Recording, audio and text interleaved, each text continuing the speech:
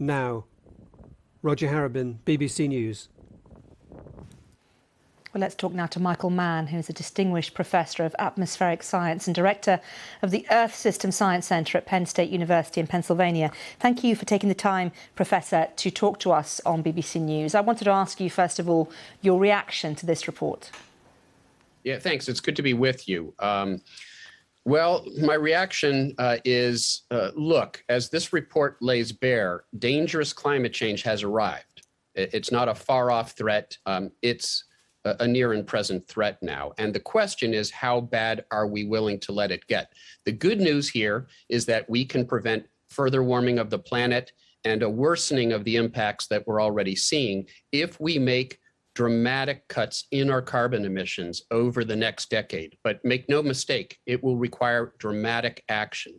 How realistic is it that we're going to see countries, like China, like India, who many people say are the worst polluters, and indeed other countries, like within the European Union itself? How realistic is it to expect all these countries to work together in that way to bring down carbon emissions in the way that is necessary?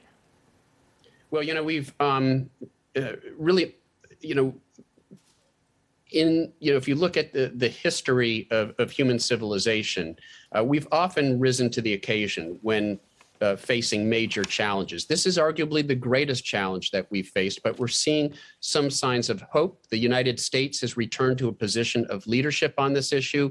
The Biden administration has pledged to cut its carbon emissions, the United States carbon emissions, in half within the next decade, which is what we need to do writ large for the planet.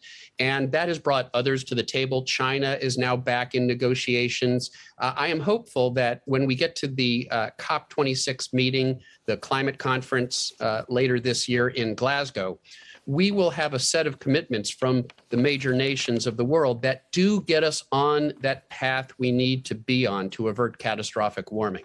What about businesses, in particular big fossil fuel companies? What's their role in all this? Well, look, no less a conservative institution than the International Energy Agency has said that if we are to meet those targets, there can be no new fossil fuel infrastructure.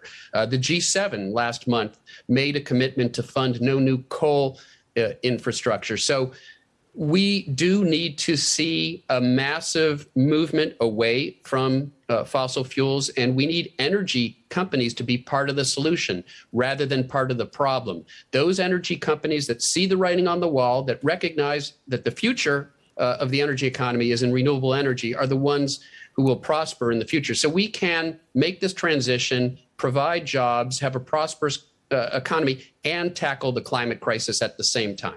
You talk about the G7 making commitments, but again, that is just the G7. It's not even the G20, let alone the rest of the world, with many countries, especially, for example, in Asia, who are still investing in coal infrastructure, despite all the evidence.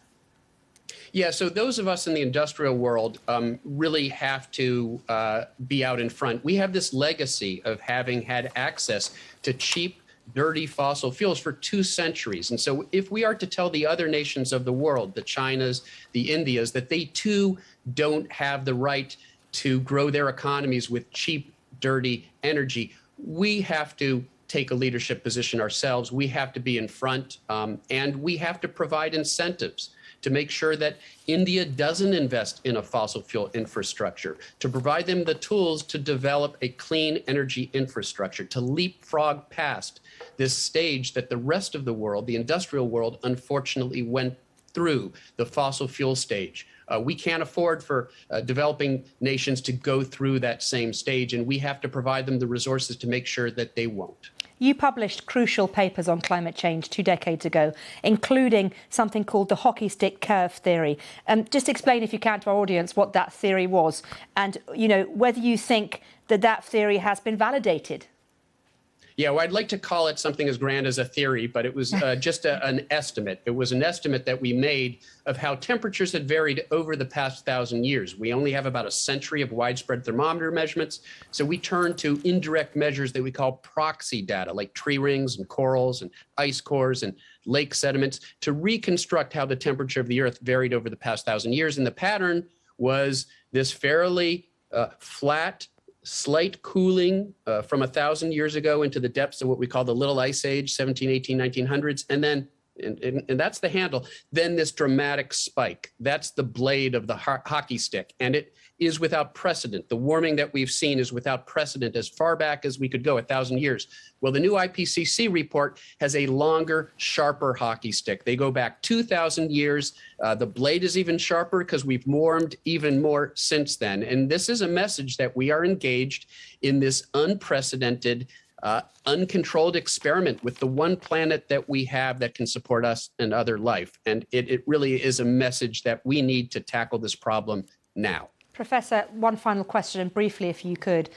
How worried are you? Because reading this report obviously is worrying a lot of people watching this back home. I'm worried, but I'm optimistic at the same time. There is urgency, and we can see that in the weather events and the unprecedented weather events that are playing out right now. But there is agency. There is still time to prevent the worst from happening if we act dramatically now. Professor Michael Mann, it's been really good to talk to you. Thank you for your insight.